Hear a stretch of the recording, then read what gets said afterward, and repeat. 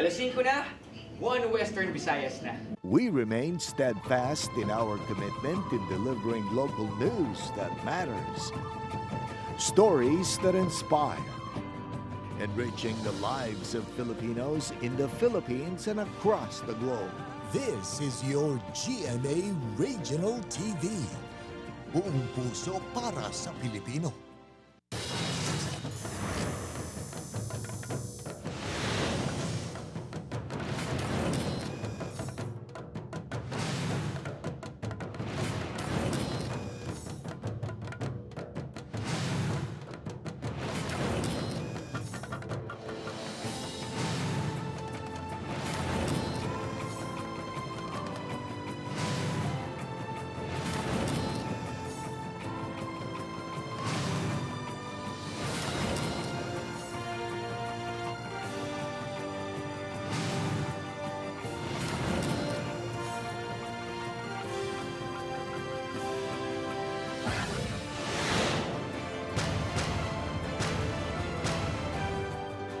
Ini ang GMA Regional TV 1 Western Visayas.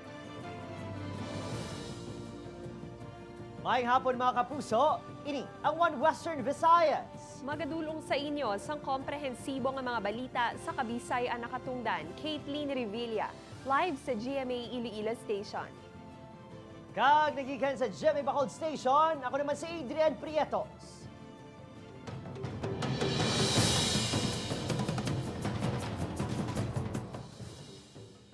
Iloilo City DILG nabudlayan kung paanong proseso sa tagtaganay sang fuel subsidy sa mga tricycle driver bangod wala pa sang guidelines nga ginauyata. Samtang 50% na sa mga miyembro sang Western Visayas Transport Cooperative nakabato na sang ayuda. Inigitutukan ni Zen Kilantang, live. Zen?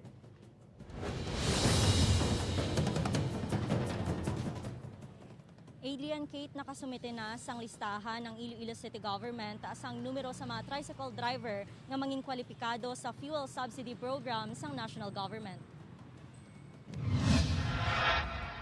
Bangod sang pigado nga biyahe kag mataas nga presyo sang produktong petrolyo, nagalaom ang mga driver sang tricycle nga makabaton man sang ayuda halin sa gobyerno. Matandaan nga una na nga ginpahayag sang Department of Transportation nga makaambit man sang fuel subsidy ang mga tricycle driver. Suno kay Manong Alfredo nga 45 na katuig nga nagabiyahe sang tricycle, kun magtupa ang subsidiya inang labing unang nga tion nga iya pasalamatan. Ti butanta mag-isa ka bula lang atugong imo ti awat pa na nga biskan na lord matago ko lang 50 sa 1 month kandan pila ang 50. Naka-save gyapon. Samtang si Manong Paul nagalaom man nga makakuha sang benepisyo agod makapian-pian sa ila adlaw-adlaw nga palangitanan. Mas mayo nga mayara ang ayuda para magamit naman sa pamilya ta. Ginpahayag sang Iloilo City Department of the Interior and Local Government nga nabudlayan sila kung ano ang proseso sang fuel subsidy sa mga tricycle driver bangod wala pa sila sang guidelines nga ginauyatan. Nagsumiter na ang city government sang numero sa mga tricycle driver nga nagabiyahe sa syudad agod basehan sa fuel subsidy program. Wala man ng guidelines ngambal nga si DLG managtag o si LGU, but ang nangayo lang kami data ma'am kung pila ang number of tricycle drivers diri sa city. 4,100 ang submit nila ma'am na number of tricycle drivers sa city. So wala pa kami kabalo kung ano ang next step ma'am. Kag mabudlay mag-speculate. Dugang pa sang ahensya, gintugyan na nila ang listahan sa mga tricycle driver sa DILG Regional Office. Samtang 50% naman sa mga miyembro sang Western Visayas Transport Cooperative ang nakabato na sang 6,500 pesos nga fuel subsidy. Mga itangget sa the operators na to, sobrang ito nga ang nakabato no. Sini nga fuel subsidy sa nga gobyerno no. Taga hindi lang sila nga dili sa city patter. Yan natin sila ito ibang sila ito isa yara sa province patter. Nga nag-confirm nga nabato na nila yung nila nga fuel subsidy.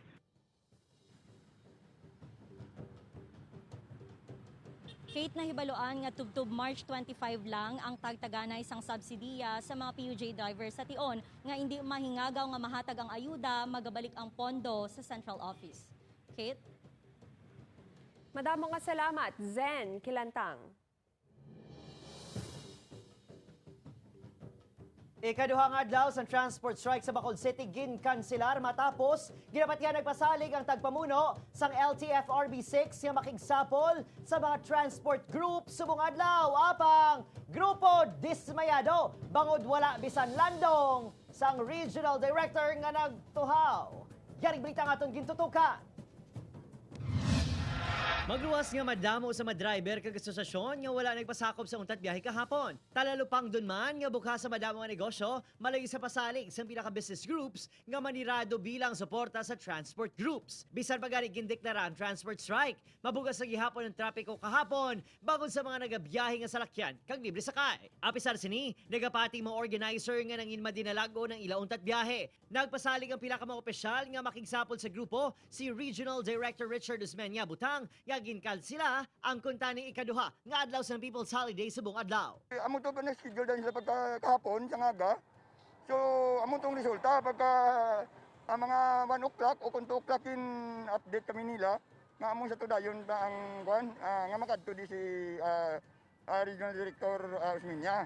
So, amo na kami nagdesisyon nga sige ma-cancel to na. Nakigsapol kahapon ang mga organizers kay Congressman Greg Asataya nga nakigangot kay Usmeña nga naghando man nga magatubang sa mga driver agud sabto ng ila palamong kutanon sa fuel subsidy kag oil price hike. Apang Naalang-alang gid siya today kaya I think may importante man dito sa si Director Usmeña but nag-commit siya kahapon the same way si Chairman Delgra nga makadtugid di siya. But ang matubang subong itigda mo ning in charge sa fuel subsidy kagiban nga mga programs. may mga tiglawas lang sa LTFRB nga nag-abot sa Bacolod City kay ina. Bangod no show si Usmeña, dismayadong organizers ang untat biyahe. Dapat siya gid ang magpresentar no sa mga programa kag solusyon. Ilabi na nga may problema nga nagaluntad.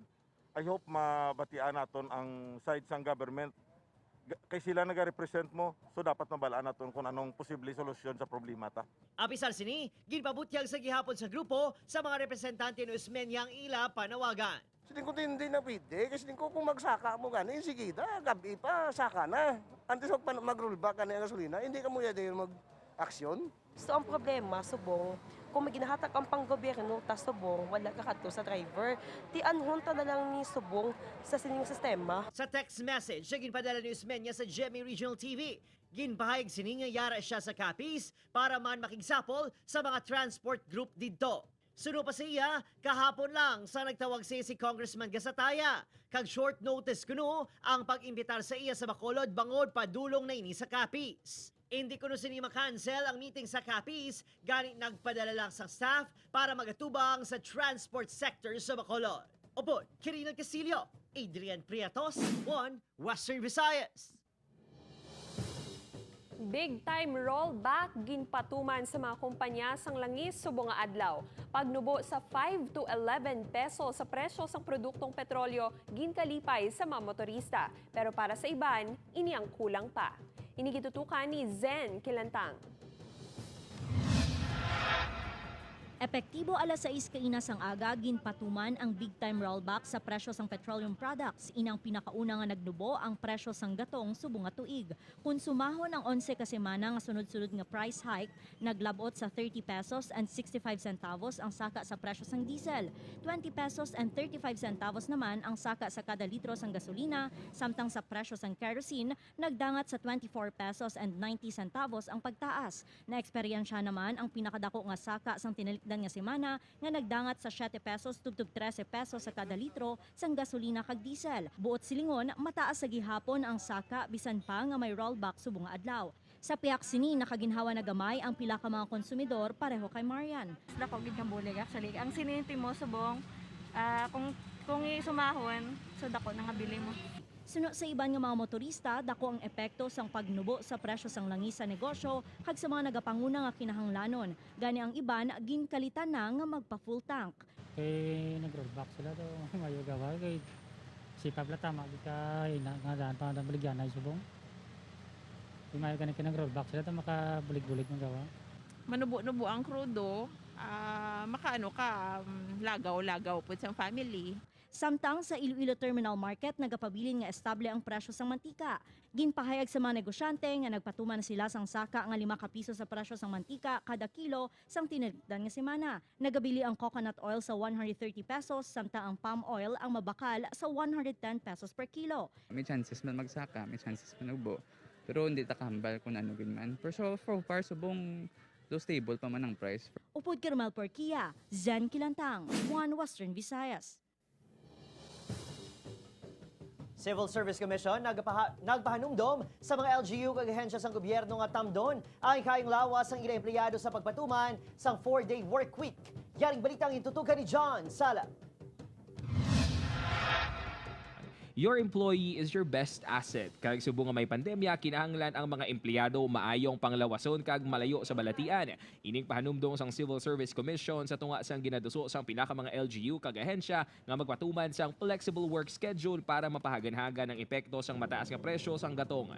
Sa pag-adoptar sang 4-day work week o kun 4 ka adlaw ang trabaho ang mangin 10 hours. Sa baylo nga 8 ka oras sa 5 ka adlaw nga obra. Sino sa Civil Service Commission 6 ginapasugtan ng ining work scheme apang bangod mas madugay ang trabaho kag makabig stressful ang obrahanay. Kinahanglan nga tutukan ang ikaayong lawas sa mga empleyado. Dapat proteksyonan taman ang atong mga empleyado nga protektado man sila sa pandemic, no? Nga ang health and wellness nila protektado man, nga sige ang serbisyo ta, pero at the same time we do not kill the goose that lays the golden egg. Suwestyon sang CSC, mas maayo kon 4-day work from site ang mga empleyado kag 1 ka adlaw nga work from home. O kung sara nga magpatuman sang mas healthy kag toxic-free nga environment sa opisina. Pero sa office staff nga si Meridel, mas maayo kung hatagan sila sang 1 ka adlaw nga work from home agud makagulugin hawa man sa stressful nga palibot. Especially for mothers like me, may 1 ko ka adlaw nga although ara ko sa balay, makafocus ko sa akon nga office work without the outside disturbance.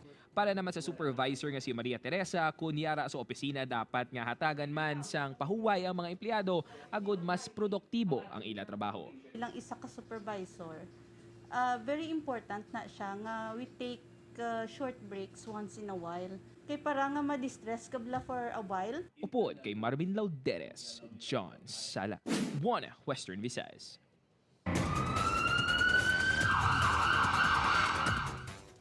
Sa Sipali City, Negros Occidental, maestra nga kalaslon. Patay matapos mabungguan ang ginamaneho nga motorsiklo sang truck nga ginamaneho sa driver nga nagasaulog naman sang iya kadlawan. Yaring balita nga itong gintutukan.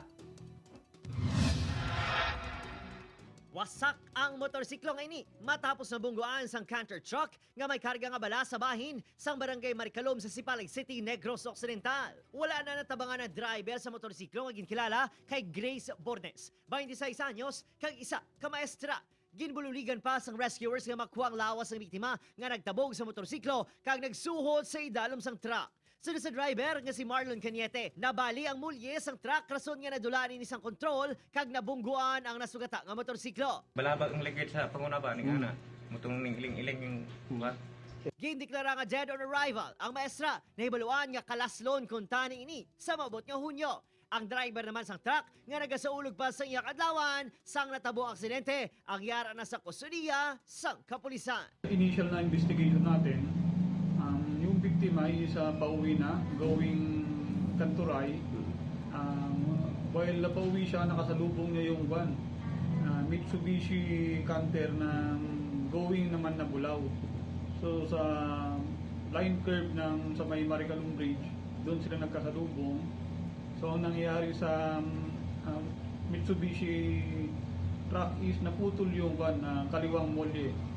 Kaya inagaw niya yung linya ng motor. Upod, kay Rinald Casillo, Adrian Prietos, One Western Visayas.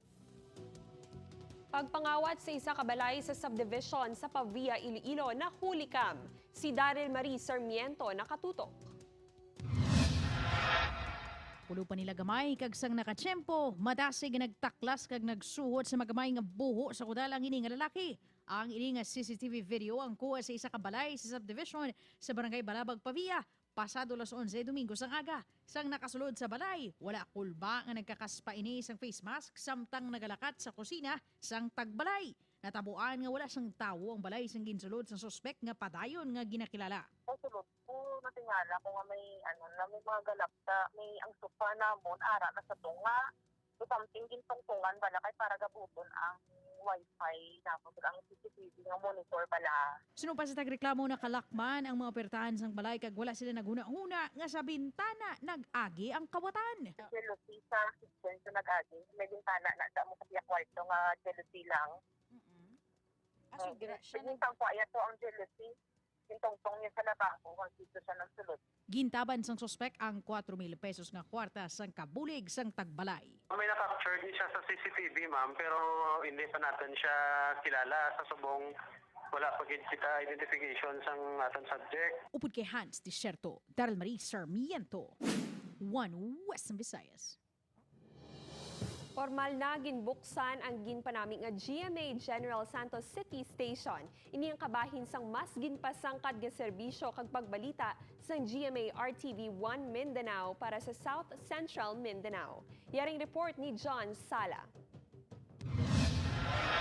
Ginpatigayon ng inaugurasyon kag blessings ang mas ginpadako kag ginpatahom nga GMA Regional TV General Santos Station. State of the art nang among istasyon humalin sa gwa sang building tubtob sa sulod nga kompleto sang pasilidad. Pareho sang conference room, technical operations center, newsroom, admin office kag may bag-o man nga studio. Ining ginbisitahan ni Oliver Victor Beltran Amoroso, ang first vice president and head sang GMA Regional TV and Synergy. Kabahin sa mas ginpabaskog kang mas ginpasangkad nga serbisyo kag pagbalita sa pinakaunang Unified Newscast sa Mindanao, ang GMA Regional TV 1 Mindanao. Ini ang magaserbi man nga hub para sa South Central Mindanao. With the opening of South Central Mindanao Station here in General Santos, we are bringing more of the serbisyong totoo to our viewers, and we will have activities, RTV initiated community activities in the area, and what the audience can look forward to is we are strengthening One Mindanao, especially in this part of Mindanao. We believe that this is the right time that the generals and the rest of Cotabato will be given the airtime that they need. Ang inaugurasyon sang bag-o nga GMA General Santos Station ang gintambungan man sa mga personalidad na gikan sa GMA News and Public Affairs, Entertainment Group kag GMA Regional TV and Synergy. Ining ika-11 na nga istasyon sang GMA Regional TV sa bugos nga pungsod. Upuod kay Marvin Lauderes, John Sala, 1 Western Visayas.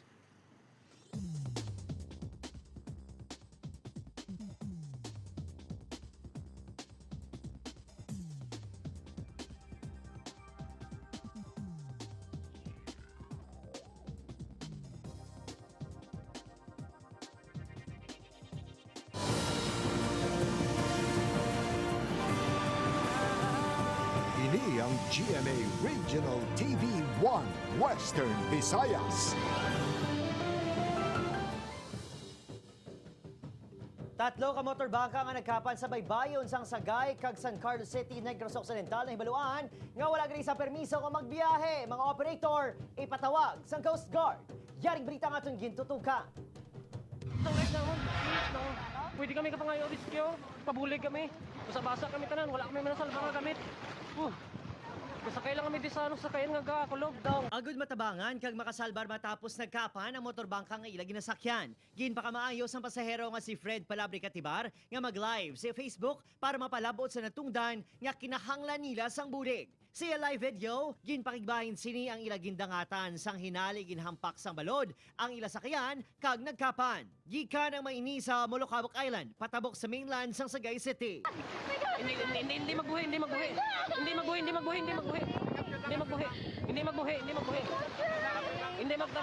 Hindi mataran. Base sa pinalgatali sang PCG Negros Occidental, duha sa 5 ka motorbangka ang ginasakyan sa masobra 56 ka mga miyembro sa Negros Brotherhood Riders Club nga nagkapan bangod sa malain nga tiyempo. Sa investigasyon sa PCG, ang nasambit nga mga sakyan, pati na ang nagkapan man nga motorbangka sa San Carlos City, ang lunsay wala sang permiso gikan sa otoridad nga magpalawod kag magbiyahe sang mga pasahero.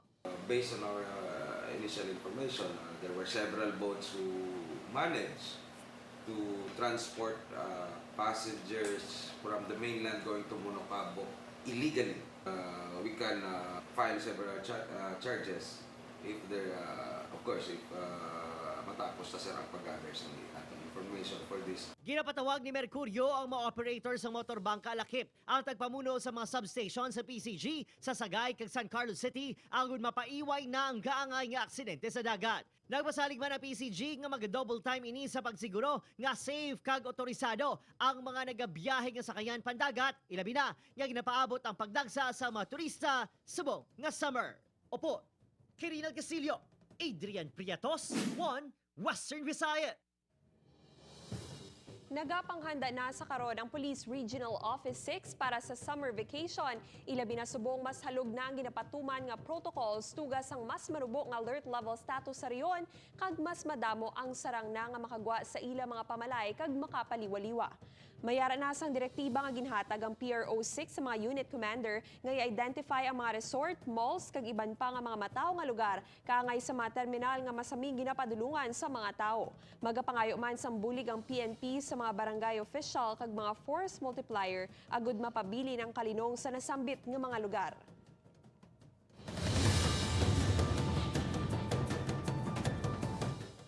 Mga puso sa baylo nga 6,500 pesos. Ginuduso karon sa mga transport group sa probinsya sa Negros Occidental nga tingob nila nga mabato ng ayuda nga 13,000 pesos. Gikan sa LTFRB agud makapian-pian sa gastuhon sa panimalay kag masustener ang biyahe sa pagsaka sang presyo sang gatong. Ginuduso man sang transport group sa kinahanglan makitso sa maayo kung sino ang kwalipikado nga makabaton ilibina nga naginamo sadto kung sino ang dapat makapot sang cash cards, ang first owner bala o kung second owner sa salakyan ukod ang operator sang jeep. Suno sa grupo nga SS Stone, isang virtual conference kaupo ng mga kongresista kay LTFRB ang ginpatigayon kag pinaagi diri ginapaabot ila masabat ang ilang mga palamangkutanon. Nga sistema, hindi sigurado kung mabaton kung mga driver inang ayuda mo. Tungod nga ang ila programa nami pamatian ko nami ilang taon, pero ang sistema hindi nami. Wala ka siguraduhan nga mabaton sa mga driver ina nga ayuda.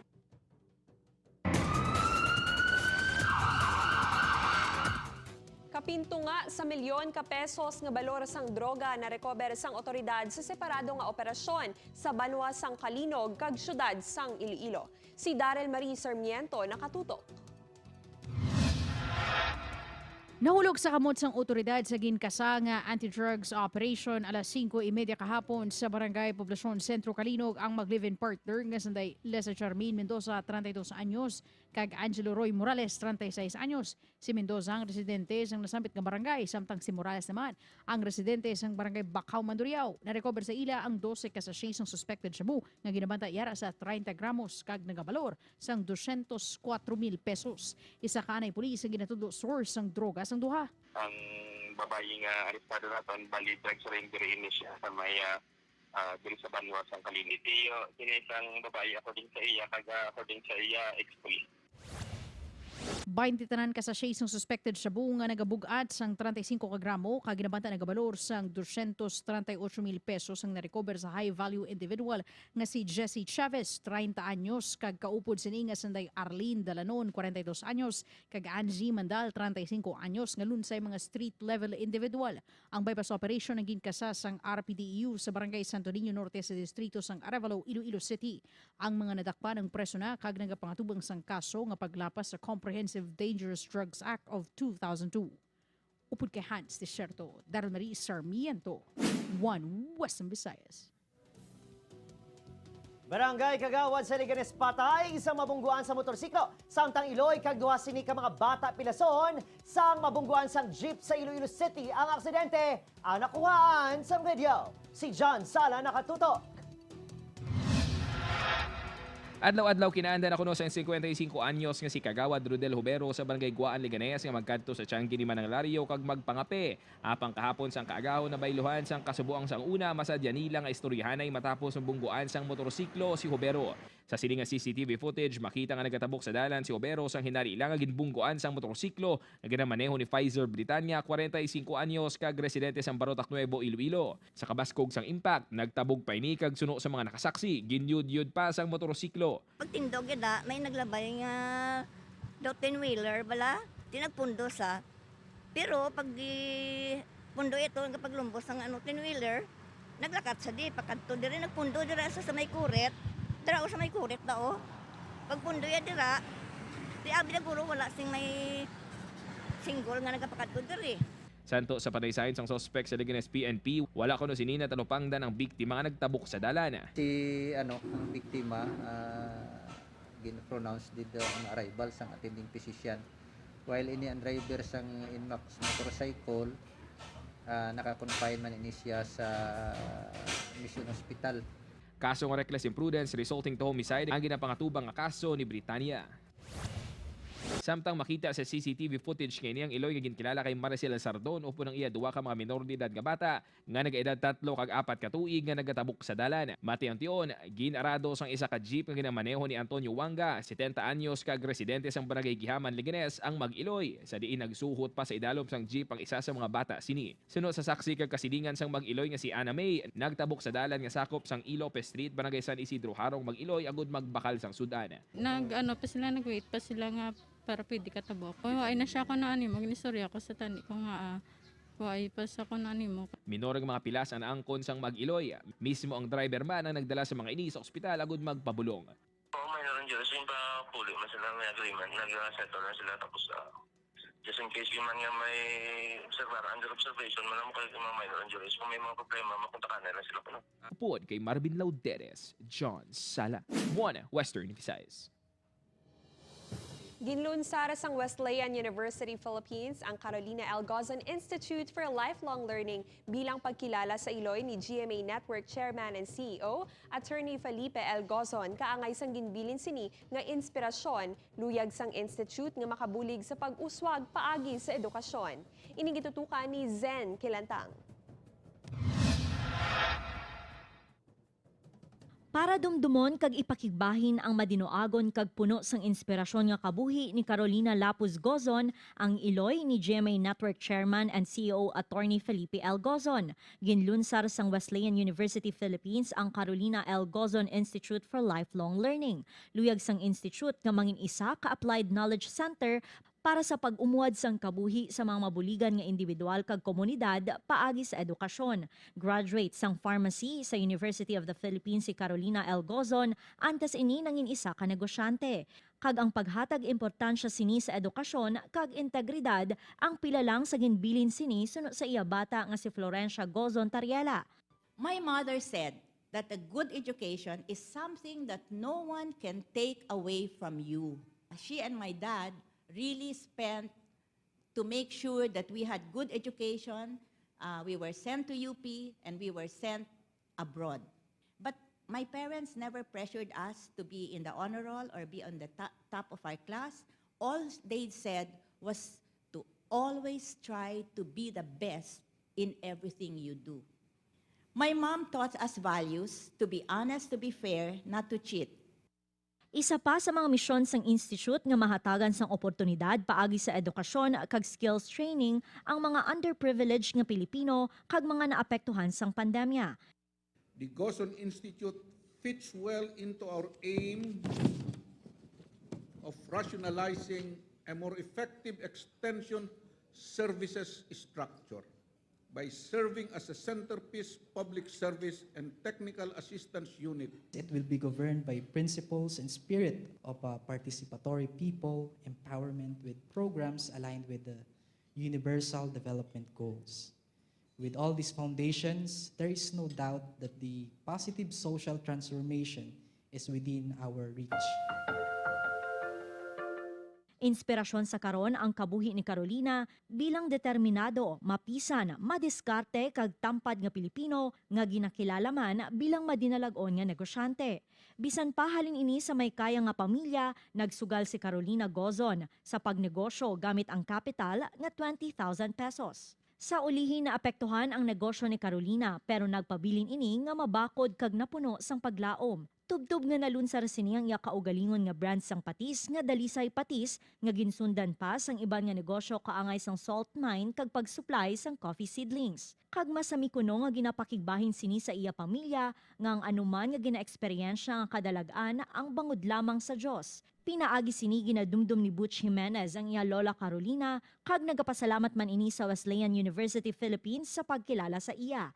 And I think that's why she has that kind of relationship. Because at one point in her life, nakilala niya ang Diyos ng lubusan. And that, to my Wesleyan family, is the woman you are honoring. It is not a woman of great achievements. She is a woman of great faith.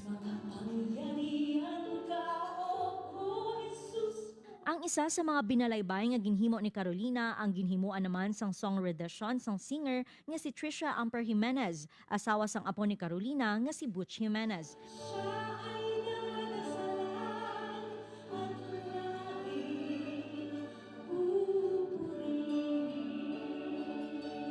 Panginoon, nagpapasalamat po kami lahat. Lord, thank you.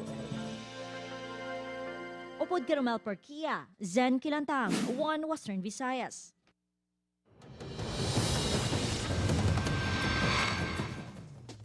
Mga puso, para naman sa aton nilakat sang panahon ng Western Visayas, ang maka-eksperyensya sa mapaang at tiyempo nga may magaluumon nga kalangitan, lapta-lapta nga pag-ulan, pagpanaguob kag pagpanglat, tugas sa easterlies kag localized thunderstorms. Mahinay, tubtub kasarangan ng hangin kag balod sa rehiyon. Base sa heat index forecast ng Pag-asa, posible nga maglabot sa 31 tubtub 38 degrees Celsius. Ang heat index ukod mabasyagan nga init sa Iloilo buwas nga adlaw.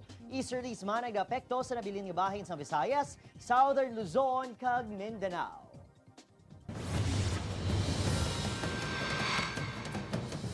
Mga kapuso, sa pinakaulihing nga COVID-19 update sa Johns Hopkins University and Medicine Coronavirus Resource Center. Naglabot na sa 472.1 million ang nagpositibo sa COVID-19 sa bugos nga kalibutan. Yara sa 6 million ang mga napatay sa virus. May pinakamataas nga kaso nga nalista ang Pusod Amerika nga may masobra 79.7 million. Ang India may masobra 43 million cases. Kag ang Brazil naman may 29.6 million cases. Ang Pilipinas naman ang may masobra 3.6 million cases. Diri sa Western Visayas sa data ng Department of Health, 20 ang bago nga kaso nga na-record subong nga adlaw. Ini nang pinakanubo nga kaso nga na-record subong nga tuig.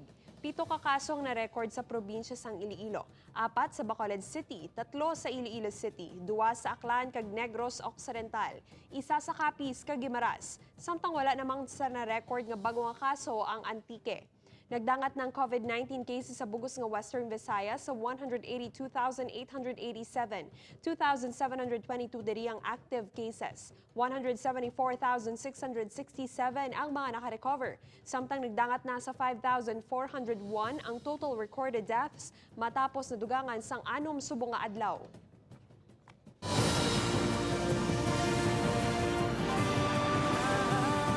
Ini ang GMA Regional TV 1 Western Visayas.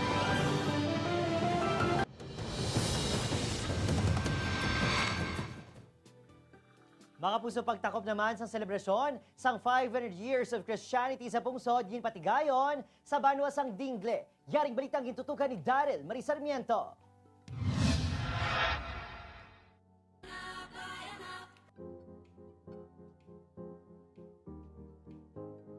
Sa isa ka dance drama nga nagapakita sa mga hitabo kag maragtas sa pagtubo sa Kristyanismo sa Pungsod, ang ginpresenta sa closing celebration sang 500 years of Christianity in the Philippines nga ginpatigayon sa St. John the Baptist Parish sa Banwa sang Dingle, Iloilo.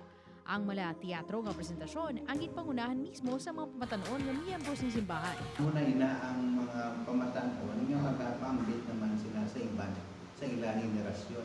Agon din pagtuo, padayon yung ginasalo. Isa man kami sa ginpatigayon. Sa pagtakop sa selebrasyon, ginhatagan sang importansya ang pagdala sang bugay sa pagtuo sa pungsod. Dili na nagasulod ang Missio Ad Gentes ukon Mission to the Nations. Kinabato na natin pagtuo, hindi pwede nga alaan sa aton. Dapat ipambit man naton, i-share naton. Pumagi siniliwat nga ginapanumdum ka ginakabuhi ang pagtibong kag paglapnag sang Kristyanismo, humalin nga ini ang gindala sa mga Espanyol sa Pilipinas. Upod kay Hans Desierto, Daryl Marie Sarmiento, One Western Visayas. Mga puso, Aklanon, rank 7 sa Dentistry Licensure Examination. Samtang Ilongga, pang-8 naman sa Physician Licensure Exam. Mga bagong doktor, ginpakigbahin ang ila inagyan, tubtob, malabot ang kadalagan. Yaring balita gitutukan ni John Sala. Makapasar, inilang ang handom sang 25 anyos nga si Mary Dayan Garcia sang Ibayaklan, apang sobra-sobra pa ang bugay nga ginatag sa iya sang Ginoo sa bago lang natapos nga dentistry licensure examination. Si Dayan, 7 placers na nasambit nga pasinawan kag nakakuha sang rating nga 82%. We were not even opening the top 10 list. We just wanted to see the general list because never in my mind would have I thought that I would be in the top 10. Nagtapos sa kurso nga dentistry si Dayan sa University of the East Manila. Samtang nagapreparar sa iya eksaminasyon, aminado ini nga madamo sa mga distractions sa iyang review, ilabi na bangod sa pandemya. It's very hard to motivate yourself to really focus and start studying. So sometimes I would start focusing and then throughout I would really be studying, but then I would eventually stop midway because our exam got cancelled again. Apang para kay Dayan, kinahanglan nga may ara ka sang focus kag determinasyon nga malabot ang imo mga handom sa tunga sang mga pagpanghangkat. Sometimes it will be too much to take in, but don't be discouraged. Just keep studying, just keep practicing, because every day you will become a better version of yourself. Samtang bugal naman sang probinsya sang Iloilo ang alumna sang West Visayas State University College of Medicine nga si Dr. Maria Phoebe Subo nga number 8 naman sa physician licensure examination nga nakakuha sang 87.8% ka rating. I got sick a week before and decided not to take the exam. So by that time, supposedly, and I think I was already prepared na. Then again, I had a sudden and unexpected change of plans, and I think coming to terms with the fact that I was going to get delayed was the most difficult part. I decided to rest for a bit, and then I started studying again in November. Kabahin ini sa 1,427 passers halin sa 2,837 nga mga nagkuha sang pasinawan. Tumandok sang Barotac Nuevo, Iloilo si Dr. Phoebe. Kag kasubong sa mga kaupod sini nga mga nagkuha sang pasinawan, nakaagi man sang madamo nga mga pagtilaw. No matter how smart you think you are, there will always be things or topics that you didn't know, and that's really okay. Because what matters is that you put in the effort to learn about them. And I know that that is easier said than done, but I do think that when you love what you do, things become less difficult. Sanday Dr. Dayan kag Dr. Phoebe ang ehemplo nga apisar madamo sang nagakatabo sa aton palibot. Ilabi na sa mga pagpanghangkat sang pandemya, basta ikaw ang may goal kag luyag pakadtuan, basta may determinasyon kag hugot ka pagtuo, tanan ang imo nga malabot, kag may bonus nga with flying colors pa. Upod kay Cirilo Linduque, John Sala, 1 Western Visayas. Mga kapuso, mahimo nyo malantaw ang ining episode sa GMA Regional TV official website sa www.gmaregionaltv.com. Pwede man mabisita, i-click ang subscribe button sa GMA Regional TV official YouTube channel para sa mga updated nga balita. Ako si Caitlin Revilla, naghahatag importansya sa mga balita tungod local news matters. Sa ngalan sa buong sa pwersa sa One Western Visayas News Team, ako sa Eden Prietos. Buong puso para sa Pilipino.